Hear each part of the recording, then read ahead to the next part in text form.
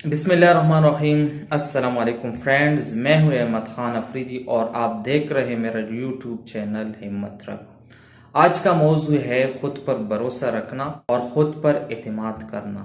दोस्तों, आज मैं आप लोगों के साथ एक सबक आमोज कहानी शेयर करता हूं। एक दफ़ा एक आदमी ने बाज़ार से दुम्बा लिया। जब वो अपने घर की तरफ रवाना हुआ तो चार टग्गों ने उससे देख लिया और आपस में ये मशवरा कर लिया कि ये दुम्बा किसी न किसी तरीके से इस आदमी से ठग लेना है। जब वो आदमी अपने घर की तरफ रवाना था तो पहले ठग से मुलाकात हुई। ठग ने आकर बोला कि ये कुत्ता कहाँ लेके जा रहे हो। तो इस पर वो आदमी घूर कर देखने लगा और कहा, बेवकूफ़ आदमी, ये कुत्ता नहीं है, ये दुम्बा है।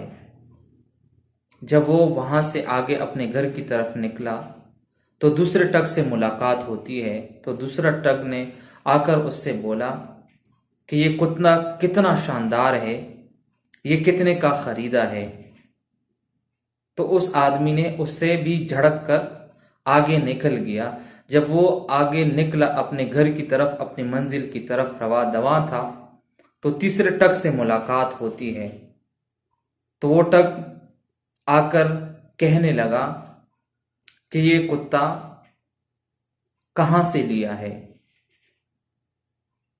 तो इस पर वो आदमी शशोपंज में मुब्तला हो गया कि वाकई ये कहीं कुत्ता तो नहीं है।